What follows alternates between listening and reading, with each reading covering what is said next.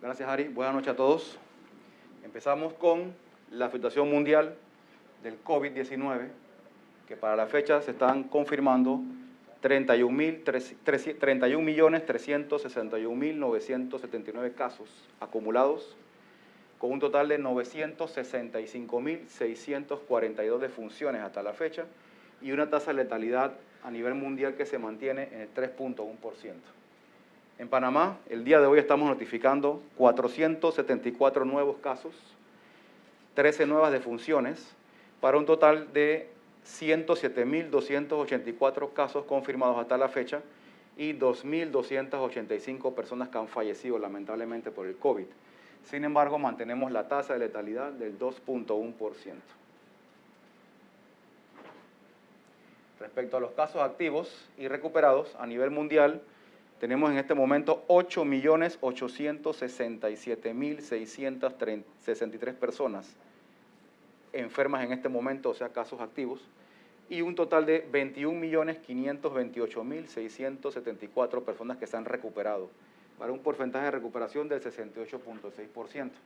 En Panamá, hoy se notificaron al sistema de vigilancia 998 personas que se han recuperado de la enfermedad, y mantenemos 21.681 casos activos y un total de 83.318 casos recuperados, para un porcentaje de 77.7% de la recuperación.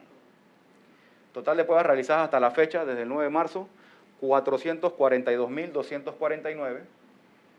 Nuevas pruebas reportadas el día de hoy, 4.543, que tomando en cuenta los 474 casos confirmados, hoy tenemos una tasa de positividad del 10.4%. Hasta la fecha mantenemos 10.337 pruebas por cada 100.000 habitantes y una positividad global de 25.1%. La distribución de los casos activos, tenemos que en casa hay 20.478 personas que están haciendo su aislamiento en casa, 375 en hoteles hospital. En la sala de hospitalización regular tenemos a 707 personas y 121 personas en las unidades de cuidados intensivos. La casuística por grupo de edad, tanto de casos confirmados como de fallecimientos, se mantiene igual la tendencia, donde en los grupos de 20 a 39 y 40 a 59 acumula la mayoría de los confirmados positivos. Sin embargo, la letalidad más alta, arriba del 9%, está en ese grupo de personas de 60 o más años. Corregimientos que al día de hoy están notificando nuevos casos para seguimiento. Tenemos que en Río Sábalo, 27 casos nuevos para seguimiento, en Vista Alegre 24, Tocumen, acá en la región metropolitana 20, David en Chiriquí 18, Ernesto Córdoba Campos en Panamá Norte con 16 casos nuevos para seguimiento, Amador con 12, Burunga 12, Cerro Silvestre 12 y Río Abajo, Playa Leona, Arraiján, Pedregal de Panamá y Pacora con 11 nuevos casos para seguimiento a partir del día de hoy. Respecto al informe epidemiológico, tenemos aquí la curva epidémica hasta el 20 de septiembre. Se sigue manteniendo la tendencia a la baja en cuanto a reportes diarios de casos confirmados. Los casos por grupo de edad, el grupo más afectado en cuanto a cantidad de confirmados de 18 a 59 años, sigue también a tendencia a la baja, igual los grupos vulnerables de 60 o más, se mantiene estable desde la semana 35. Número de casos confirmados hospitalizados en sala y en la UCI, al igual que todas las cifras, sigue bajando.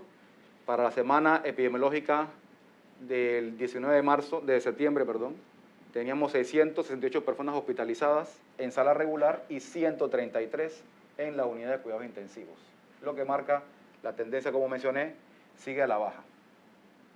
Tenemos acá el semáforo de la incidencia en Panamá. Se mantienen en rojo las provincias de Panamá y Darién, que son las que reportan más de 3.100 de incidencia. Y tenemos la área de Nove Buglé, Coclé, Los Santos y Herrera, que se mantienen en área verde.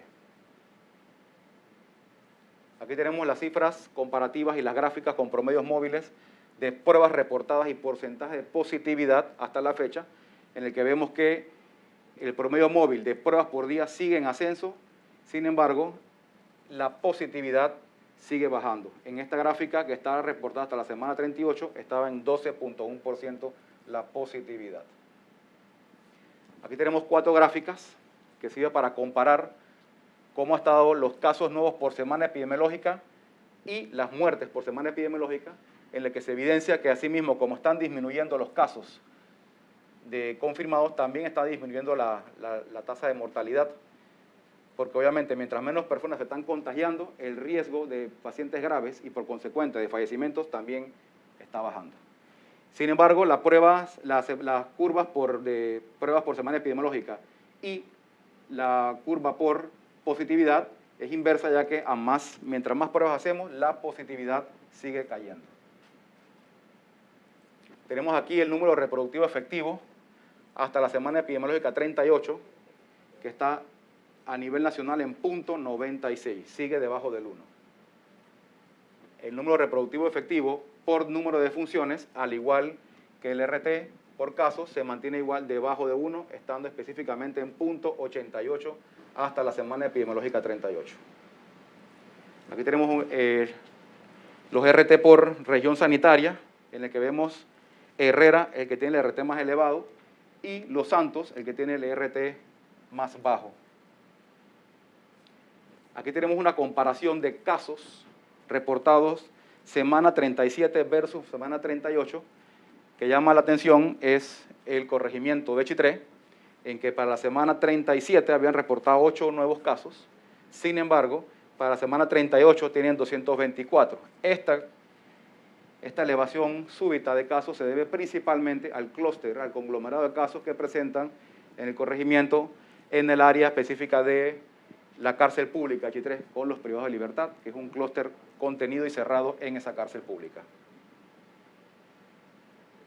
Aquí tenemos los corregimientos que en la última semana epidemiológica han reportado la mayoría de los casos y por consecuente la elevación del RT, como mencioné, de primero Chitré, que se calculó un RT en ese momento de 3.57, insisto, debido al conglomerado de casos en la cárcel pública, y en otro extremo tenemos corregimientos como San Francisco, en la Metro, Rufina Alfaro, en San Miguelito, que tienen RT en .59 y .6.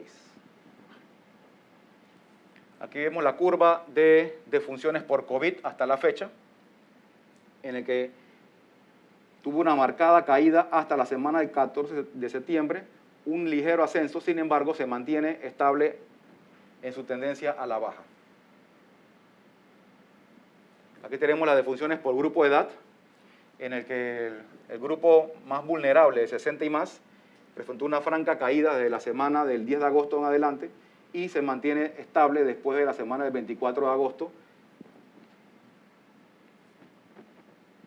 El comportamiento de la tasa de letalidad en Panamá se mantiene en 2.1%, recordando que tuvimos momentos como la semana 17 que mostraban casi 4% de la tasa de letalidad. Sin embargo, ya tenemos muchas semanas en que la tasa de letalidad se ha mantenido debajo del 3, específicamente en 2.1%. Aquí tenemos la comparativa de defunciones por grupo de edad y sexo, en el que se evidencia que el grupo más afectado son los mayores de 80 años y específicamente los varones. Comparación de Panamá en la región, vemos que sigue siendo el segundo país con la tasa de letalidad más baja, solo superado por Paraguay con 1.9, tomando en cuenta que Panamá está en 2.1, al igual que Argentina.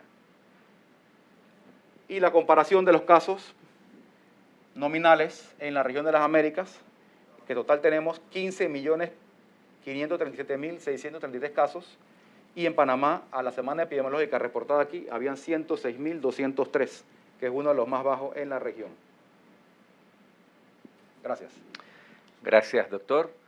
Esta noche en la mesa principal nos acompaña la doctora Ivette Berrío, viceministra de Salud, al igual que el director de la Caja de Seguro Social, el doctor Enrique Laos. Iniciamos entonces con la doctora Berrío, viceministra de Salud, que nos dará a conocer el resultado de la última etapa de reapertura de actividades y el levantamiento de algunas restricciones. Muy buenas noches, viceministro.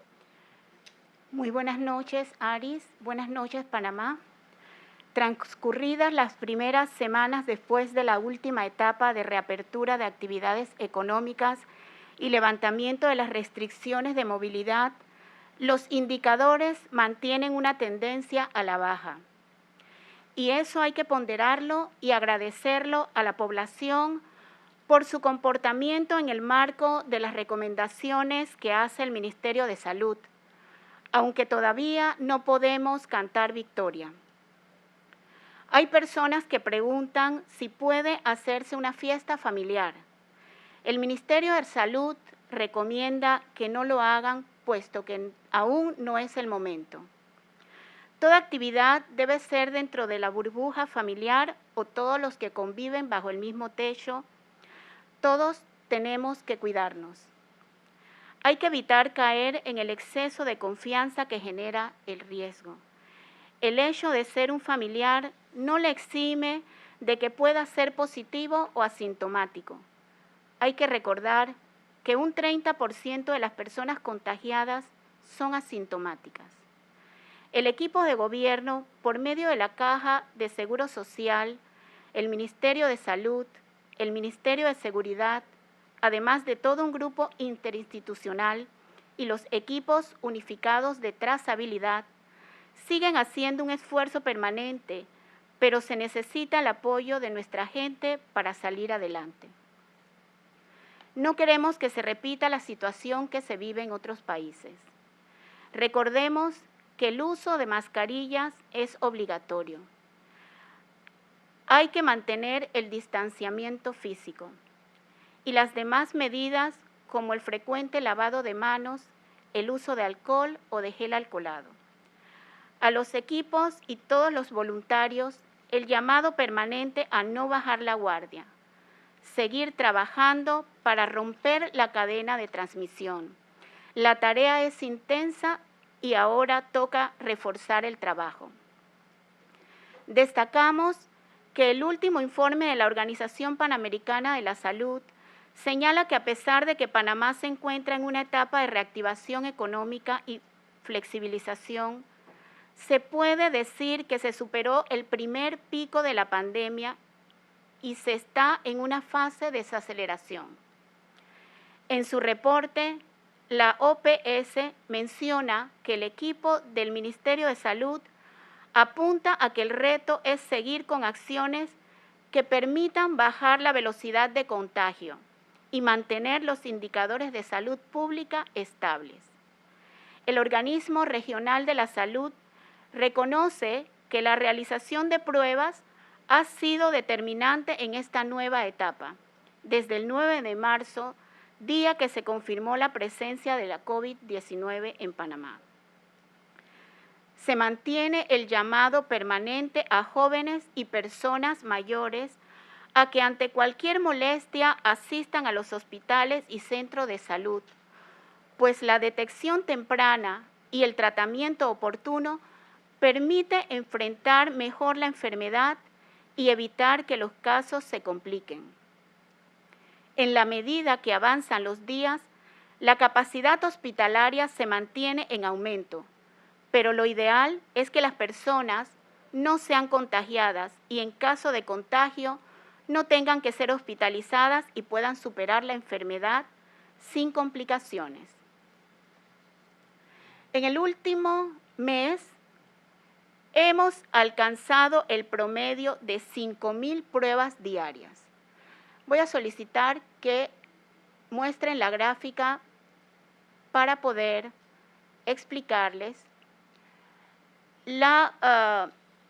lo importante que es que ha sido para nuestro país el aumento de la cantidad de las pruebas.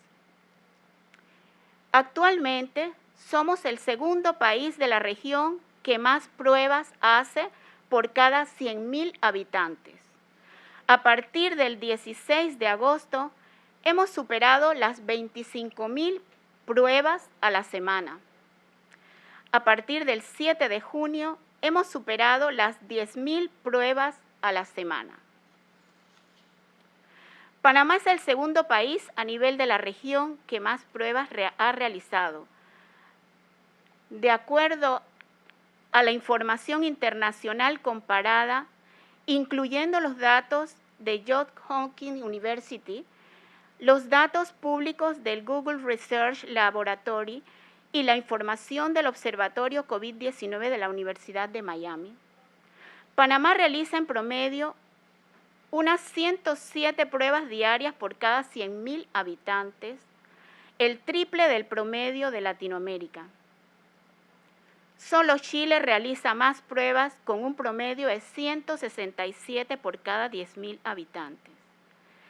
El promedio de Latinoamérica es de 35 por cada 100.000 habitantes. Panamá ha mejorado significativamente respecto a la región en el número de pruebas realizadas. Muchas gracias, Ari. Gracias. Doctora, queremos darle entonces la palabra al director de la Caja de Seguro Social, quien también nos informará de algunas acciones tomadas en la institución a su cargo y otras recomendaciones según los acontecimientos que se han dado en los últimos días. Muy buenas tardes, doctor Lao. Buenas tardes, profesor Aris.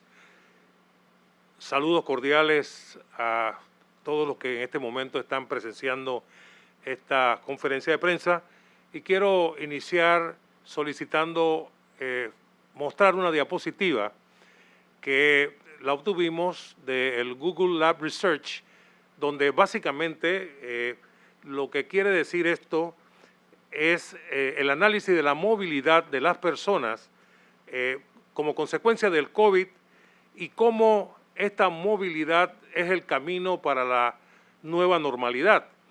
Y llamo su atención en dos aspectos. Las personas se están quedando menos en su casa y las personas están saliendo mucho más a los supermercados, pero sobre todo a los parques y a las áreas de esparcimiento a cielo abierto. Por otro lado, en la siguiente diapositiva quiero mostrarles el comportamiento de la disponibilidad de camas, tanto de sala como de cuidados intensivos y semi-intensivos a nivel nacional, la cual se encuentra, de acuerdo al informe del día de ayer, con una disponibilidad de sala a nivel nacional de 45%, de camas de intensivo y semi-intensivo de 47%, y en el área metropolitana, que es el sitio donde hay mayor cantidad de casos, en sala tenemos una disponibilidad de 42% y en cuidados intensivos y semi-intensivos de 38%.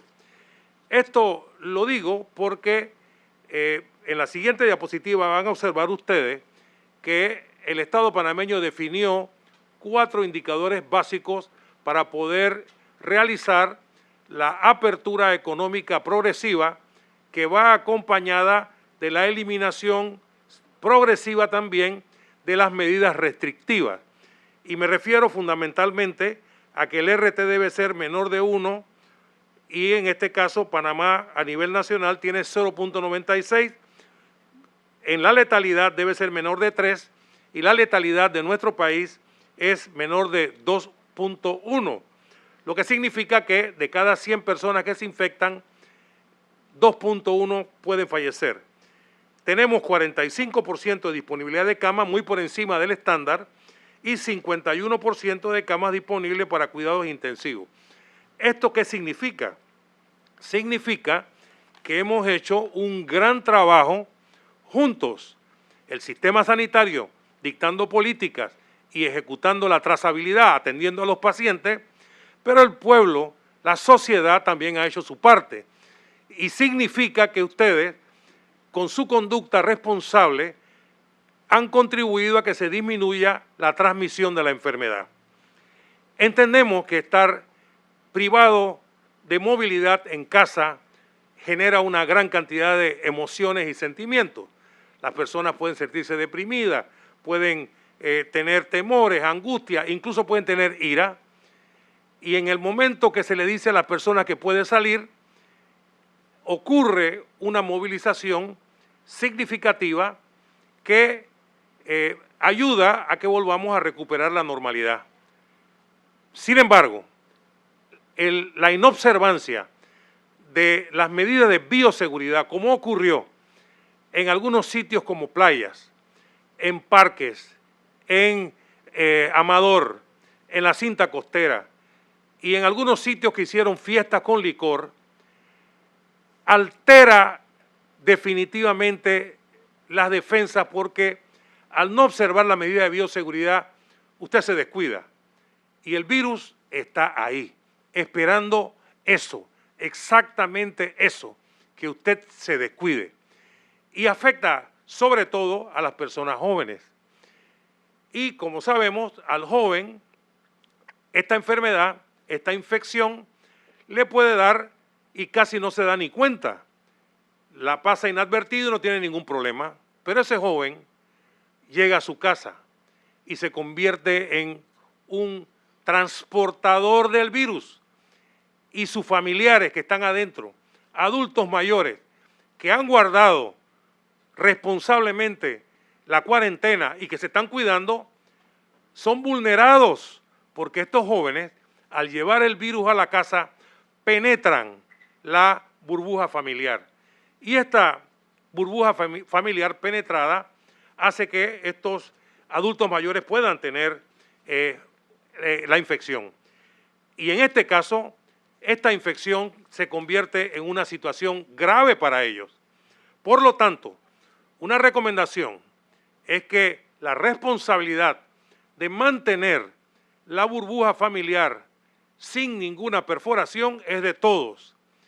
Pero también, en caso que alguno de los adultos mayores o personas que tengan comorbilidad sea afectado por el virus, no lo dude. Hay que llevarlos a los hoteles hospitales. Para eso, el Estado panameño ha tomado la previsión de garantizar esta posibilidad, que nos ayuda a que estos pacientes puedan estar en aislamiento controlado con una supervisión médica que nos permita conocer cualquier punto en que la persona comienza a descompensarse. ¿Y eso qué significa? Al estar monitoreándolo, al estar observando su saturación, podemos detectar desaturaciones tempranas y actuar con prontitud para evitar la aparición de estas complicaciones. Queremos culminar nuestra intervención hablando un poco de los pacientes no COVID, porque si bien es cierto, el sistema sanitario panameño y particularmente la Caja del Seguro Social está inmersa en la lucha contra el COVID. Estamos en apoyo total y en trabajo coordinado con el Ministerio de Salud en la trazabilidad, pero también estamos dentro de los hospitales luchando para preservar la vida de aquellas personas que han tenido la infección, sin descuidar la atención en los pacientes con enfermedades crónicas o los no COVID. Y nosotros, en ese sentido, quiero compartirles algunas diapositivas que reflejan el esfuerzo que está haciendo la Caja del Seguro Social y el Ministerio de Salud, y en este caso específico, la Caja del Seguro Social, en la atención de estos pacientes. De enero a septiembre hemos realizado 2.889.000 consultas. De estas, debo destacar que 660.804 son de atención especializada, que se les da en gran medida a los pacientes con enfermedades crónicas. Por otro lado, en la siguiente diapositiva verán ustedes que hemos dispensado 7.7 millones de medicamentos y hemos atendido 3.2 millones de pacientes en nuestras farmacias. Y por otro lado, hemos realizado 8.592.860 pruebas de laboratorio que se han hecho en cerca de 891.385 pacientes. Hemos generado 45.099 egresos hospitalarios y se han atendido 10.094 partos. se han realizado a nivel nacional 25.779 cirugías. Y todo esto, ¿qué nos dice? Bueno, que tanto la Caja del Seguro Social como el Ministerio de Salud, juntos nos estamos enfocando en el COVID sin descuidar a las enfermedades comunes. Y en la última diapositiva quiero evidenciar lo que estoy diciendo. Por un lado, no ha aumentado la mortalidad de los pacientes con enfermedades comunes durante la epidemia del COVID. Incluso ha disminuido 14.4% la cantidad de pacientes que han fallecido por enfermedad común. Esto nos refleja que, si bien es cierto, están funcionando las estrategias para atender a los pacientes con COVID y a los pacientes con enfermedades comunes, tenemos que ser mucho más exigentes. Y la única forma de salir adelante es que esta lucha la hagamos juntos. El Estado panameño, expresado a través del sistema sanitario entre el MINSA y la Caja, los diferentes ministerios y los componentes del gobierno nacional que están inmersos en la estrategia, participando activamente, estamos haciendo lo nuestro, pero no podemos solos. Necesitamos la participación tuya, de la sociedad, y juntos nosotros seguramente vamos a derrotar al COVID-19. Muchas gracias. Gracias, doctor Lao. Vamos a iniciar entonces el periodo de preguntas y respuestas. Iniciamos con la periodista Gabriela Moreno de CERTV Noticias. Muy buenas noches. Periodista Gabriela Moreno de CERTV Noticias. Muy buenas noches. Muy buenas noches a todos. Quisiéramos saber la importancia de la clínica post-COVID en la atención de pacientes recuperados. Adicional, en qué tanto se ha adelantado en las investigaciones en los casos de reinfecciones que se han dado en nuestro país. Gracias. Reinfecciones. Primero post-COVID y después reinfecciones. Bueno, Agradecemos al doctor Enrique Lao que responda a la pregunta. Sí, bueno, en primer lugar quisiera decirles que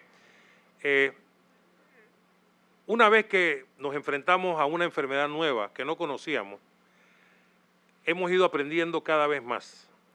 Nuestros médicos saben hoy más que en marzo, nuestras enfermeras también, y todo el sistema sabe hoy más que en marzo. Y aprendimos que esta infección por este virus ocasiona una serie de secuelas. ¿Y qué es una secuela para aquellos que no son médicos? Son complicaciones o afecciones que quedan después de haber sufrido el COVID y que las personas no tenían antes. Y hemos encontrado que estas personas pueden tener una gama enorme de secuelas que van desde la salud mental, que se puede alterar, las personas pueden tener la habilidad emocional, llanto fácil, pueden tener insomnio, no duermen o duermen mucho, dolores de cabeza.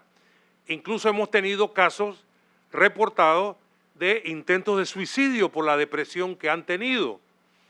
Al mismo tiempo, también hemos encontrado afecciones neurológicas como alteración en la marcha, memoria, debilidad para levantarse y para moverse, afecciones respiratorias, falta de aire, tos seca, agitación, ronquera, en fin, cada día aprendemos más.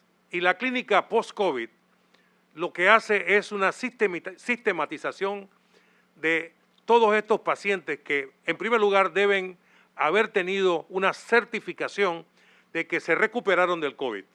Segundo, deben ser referidos o del hospital o por su médico tratante o su médico de atención primaria o el de medicina familiar, que identifique que puede haber una secuela probablemente como consecuencia del COVID y lo manda a la clínica. Cuando llega a la clínica se le hace toda una investigación a este paciente y esa investigación debe llevarnos a utilizar todos los especialistas con que disponemos en el sistema.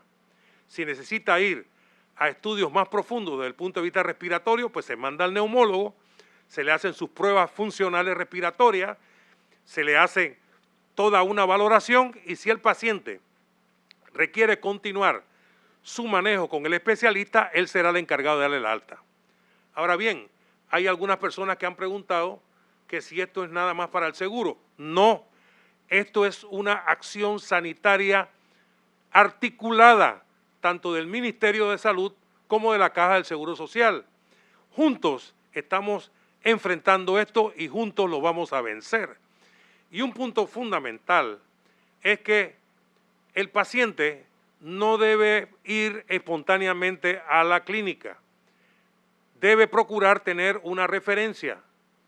No es para todo paciente que ha tenido COVID, porque hay muchos que han tenido COVID y se han recuperado totalmente. Así las cosas, hemos iniciado con un plan piloto y esperamos poder diseminar estas clínicas post-COVID a nivel nacional. Gracias. Seguimos entonces con Eduardo Linjuen de TVN Noticias. Buenas noches.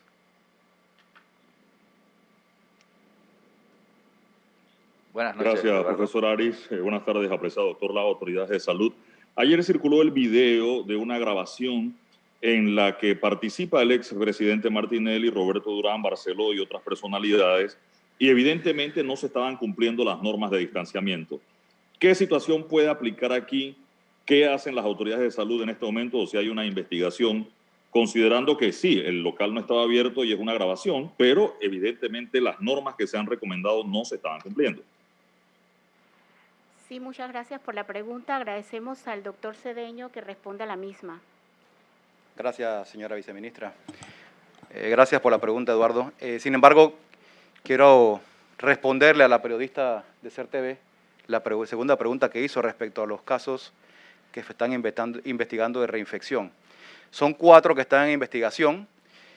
Ciertamente la investigación es algo prolongada porque hay que hacer verificaciones de la secuenciación viral de estas infecciones que se han percatado, si es que el virus es nuevo, es un virus que mutó, etcétera. Además, se investiga el tipo de anticuerpos que se generó en su momento, si lo generaron y qué tipo de anticuerpos lo hicieron. Entonces, es un proceso algo prolongado para poder tener ya una evidencia certera de que nos enfrentamos a casos de reinfección. Pero la investigación está en camino a través con el equipo del Instituto Conmemorativo Gorgas. Ahora bien, con la pregunta que hizo Eduardo Linjuen, luego de las denuncias que se recibieron vía redes sociales, etcétera, el equipo de salud pública de San Felipe procedió a hacer la inspección ocular del área y se percató que este es un restaurante que no está operando desde que cerró por el tema de la cuarentena. Evidentemente se alquiló para esta actividad.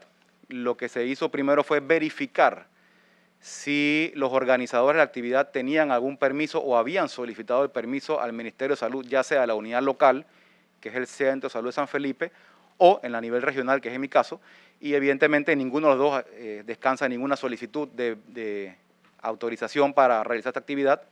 Así que ahora la investigación está en la citación del dueño del local, los productores del video, para dar entonces seguimiento a las sanciones que se puedan aplicar basado en el decreto 961. Gracias, doctor. Finalizamos entonces con José Escobar de Telemetro Reporta. Buenas noches, José.